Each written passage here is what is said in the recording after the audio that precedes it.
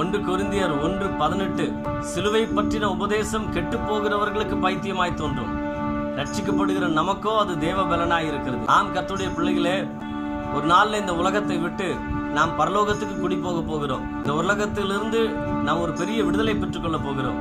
அந்த விடுதலை பெற்றுக்கொண்டு லோகம் செல்ல போகிற நமக்கு ஒவ்வொரு நாளும் நமக்கு பலனாய் இருப்பது கர்த்தருடைய வார்த்தை தான். இந்த சிலுவை பற்றின உபதேசம் மற்றவர்களுக்கு கேலியாய் கிண்டலாய் தோன்றலாம். ஆனால் பரலோகம் போகிறவர்களுக்கு அதுதான் வாசல், அதுதான் வழி, அதுதான் ரகசியம். யாரெல்லாம் இந்த சிலுவையின் உபதேசத்தை ஏற்றுக்கொண்டார்களோ அவர்கள் எப்பேற்பட்ட பாவியாயிருந்தாலும் கர்த்தர் அவர்களை இயேசுவின் ரத்தத்தினாலே கழுவுகிறார். அவர்களை ஆண்டவர் ஏற்றுக்கொள்ளுகிறார். அவர்களை ஏற்றுக்கொள்ளுகிறார் என்று சொன்ன உடனே எல்லாருமே சொல்ற காரியம் என்னன்னா, பண்ற தப்பெல்லாம் பண்ணிட்டு போய் இயேசுவே உங்க ரத்தத்தினால கழுவுங்கன்னு கேட்டா அவர் மன்னிச்சிருவாரான்னு கேட்பாங்க. ஆண்டவர் இயேசுவிடம் வரும் பொழுது அவனை மன்னித்து ஏற்றுக்கொள்ளுகிறார். ஆனால் அவன் செய்த செயல்களை அல்ல, அவன் செய்த அந்த குற்ற செயலுக்குண்டான தண்டனையை இந்த உலகத்தில் அவன் அனுபவித்துத்தான் ஆக வேண்டும்.